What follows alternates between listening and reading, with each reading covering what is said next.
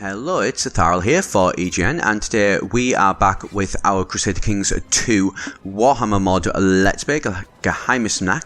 I keep hoping one day I'm going to be able to actually get that name right, where we have been playing as Baldwin Scinstair, a man who was supposed to be in a lot better position than he is in, and be able to actually get to the point where his family was coming into the fold with the Reikland. Unfortunately, that one has now completely not happened, with the case that our actual wife, or former wife before she died, was less than honourable, to say the least, to us, and so we have lost the potential throne to be able to double our land. Not a massive problem. So Baldwin, though, that was going to be the absolute ideal. I mean, we've managed to get the throne of Midland due to the absolute ideal thing happening in a previous situation, so I suppose it was probably too much to hope for to get it twice in a row. Would have been nice, but not the absolute end of the world that isn't the case. That is what has happened, so we'll just have to switch our focus, moving back up to Ostland to try and take some more land off them. We're going to be basically taking the main brunt of their land, and we're going to be taking what in terms of land mass is going to be more than half of their land, although it is in effect it is actually half because it is only 2 counties out of their 4.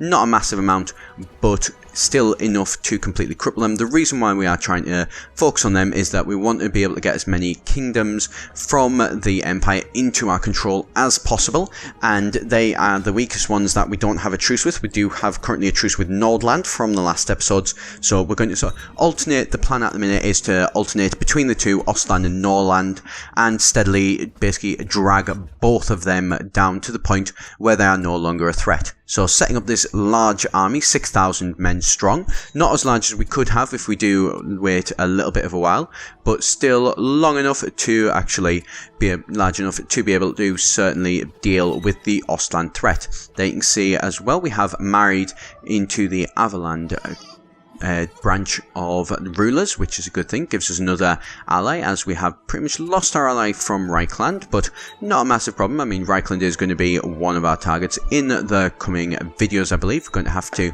make sure that we do get them back for what the actual wife for Baldwin, or first wife, was able to do, which, less than ideal. We put a lot of work into making sure that she was expanding her lands.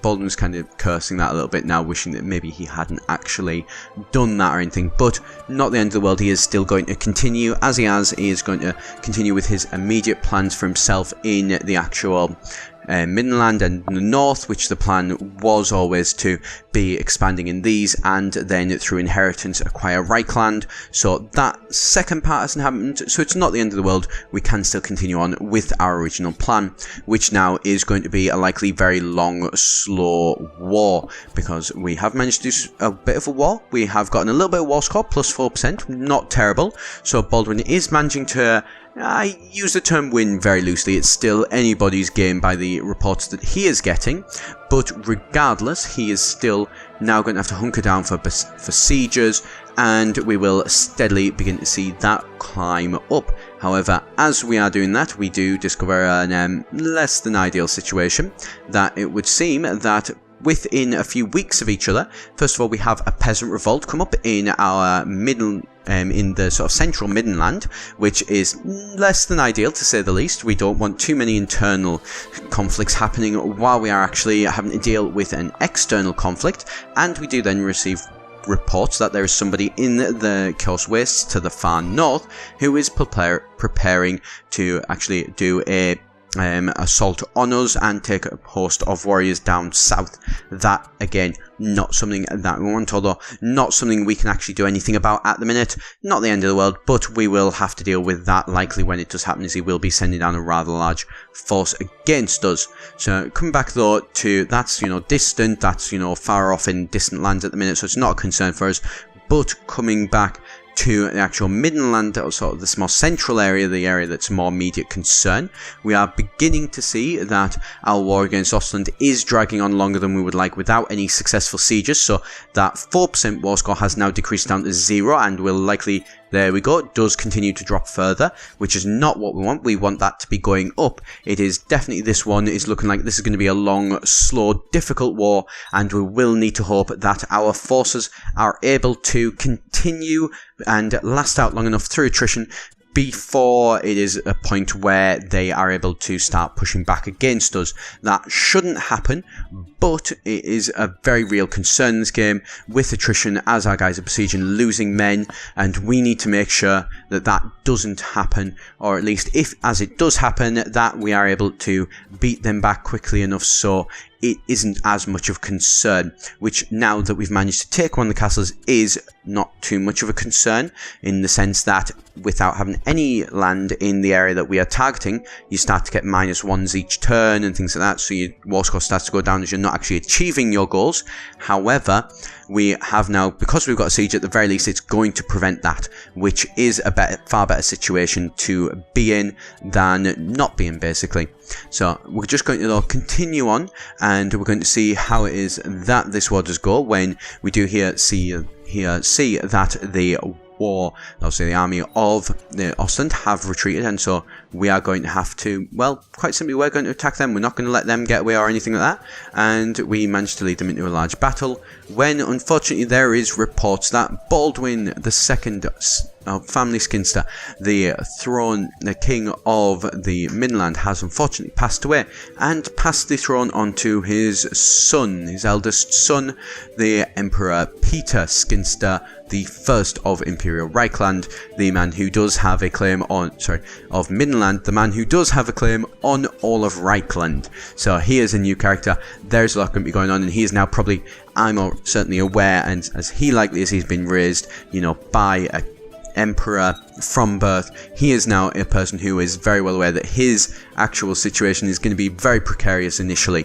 He is, he's trying to deal with an external war with another count in the empire, and at the same time he is unproven. These people are somebody who now old grudges are going to come to the fore. We're going to continue on with the plans that we have originally done, using the Chancellor to great effect to be able to keep as many of our people happy as possible. Thankfully, our father as well had been saving up to be able to build a gunnery, the special units of the Empire, in Middenheim, actually, in the capital. However, he wasn't able to get enough funds together to be able to start building it before he passed away, and therefore those funds have now been passed directly through to Peter, and therefore he is going to use those to improve as much as is possible the opinions of the various dukes in Midland as we're going, therefore with the aim that we are going to be able to keep them a little bit happier for a little bit longer until we can get our short reign down, and therefore we should be able to survive without too much fracturing in the empire itself. Now, it's pretty much the plan for the minute. It's going to be a pretty touch and go one, as it always is when you do manage to take the throne through inheritance. We'll just mention, if you do want to see how that goes, do be sure to subscribe here at EGN, and that way you get your notifications for when there are new episodes actually coming out. But getting back to the war in Ostland, it would seem that everything is steadily going forward. It is taking quite a bit of a while and taking a little bit longer than we would ideally like. It's been now going for 2 years, and that is, well, that's a fair bit of time to say the least. Here, what we're just looking at doing is we're looking at trying to see our son Baldwin Scinstair, the guy who is going to be basically inheriting from us. We want to try and see if we can find him any people to be able to marry off to. We also do want to be able to look at trying to get some actual family ties going here. Ideally, we would like to get a family tie with the Imperial Reikland, but apparently they aren't willing to because of political concerns, which I suppose is understandable given that we do have a claim on their actual throne. Wanting to marry again in their family, even though it is to prove our loyalty to them, apparently isn't quite enough for them, despite the fact that they do like us, which is more than a little bit of a shame. But at the very least, we can still try and see if we can get some other people to agree to marrying us. This guy here, very important, potentially important young man in the actual Reikland kingdom, and so we will offer a son to him to try and get some allies in the land, and then who knows, we might be able to actually get somewhere from that. I mean, it's unlikely, but you never know. We can always try and just sort of see how everything does go on that regard. But back up in the north, we are pretty much we're wearing them down. They don't really have anywhere to go. There is a host, which I believe, yes, we were mentioning earlier on. That is a good chance that that is the host that has now shown up, and so they are, well, a large force to say the least. So we are going to have to, at the minute, just focus though on Ostland, trying to wear them down. We're at 60%, so we're nearly 2/3 of the way towards a victory to be able to claim this land that we have now claimed the main castles for both of those areas. We can't enforce our demands just yet, which is, you know, is definitely a shame, but at the very least we should be able to hold off on them for the minute and continue on with these. We do receive word that obviously Ostland has still got an army moving around, and that is going to be more than a little bit of a problem, as we are going to have to deal with that force, although how we're going to deal with it is anyone's guess. We do receive some word as well that there are some vassals who we are able to raise land like men with again. So you know what, we're going to raise up a couple of guys, see if we can't, you know, bolster up our forces, which while starting out at over 6,000 is now down to 4,400. So we have suffered quite a fair bit from attrition, so we do want to ideally try and get a new force in with them, bolster up their numbers, bringing in some fresh troops. At least that is the plan. Here we are just having to deal with as well some other issues when unfortunately we do hear word that our actual army has been intercepted by that 2,000 strong Ostland army. So you know, it's very much a case that Peter here is having to deal and juggle some various things all at once. He has got a couple of plans of what exactly he can do, although he's not exactly 100% sure what to do. If that makes, you know, any bit of sense, he needs to certainly make sure that he doesn't try and attack that one. If they do move into the actual host area, that's going to be 6,000 guys against us. We don't really want to be trying to fight them at the same time as that. Looks like Ostland are trying to unify both of their people and bring it into a larger army. So what we decide to do is we decide to allow them to continue moving around until they are completely out the way of that potential host, and then we will take the war to them. Hopefully at the same time we are bringing down their castle quicker than they are bringing down the one that we have claimed, and therefore we will actually be able to get them so that we've got higher war score, and that way as we are moving towards attacking them and everything, with that battle we should have just about enough to be able to, you know, declare sort of this war as a victory. When we do hear yet again another report of an actual peasant assault against us, it seems like more than a few people are unhappy with the rule of the Scinstair family. That is going to be a bit of an issue, and we are going to have to look at trying to take them down as well now, which is more than just a little bit of a problem. And it would seem like this guy here is less than happy with us to be able to get, unfortunately, unable to give up on his plot to, you know, take over some of our lands. Not ideal there, but, you know, I suppose that can't be helped too much. We will, however, try and invite him to war, so at least, at the very least, the plan is that Peter does want to distract him when, unfortunately, that original war does seem to end. So we're in a very good position now. So first of all, we're going to go and hopefully claim up these and, you know, mop up these initial concerns here, and that way we can then look at stabilizing the whole of the internal empire, as we do now pretty much rule all of Ostland, which is, you know, pretty much where we want to be at this time as far as we can see.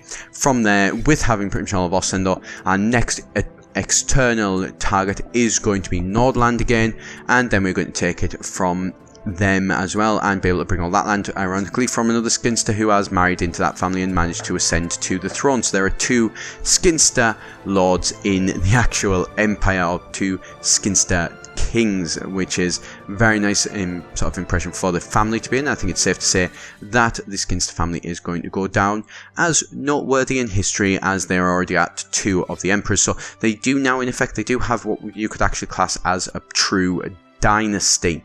When here we do seem to be seeing wars, and oh, there we go, there has been another separate peasant revolt. So we are now having to deal with 2 peasant assaults when watch that, but out of the forest around Middenland, or Middenheim actually, it does seem like there is a very large forest goblin army as well. We now have 3 things that we are going to have to deal with, so I think it's safe to say the next episode is going to be very interesting. So thank you very much for watching. I've been Etharal here at EGN, and do be sure to subscribe if you do for all of the content coming out regularly for you.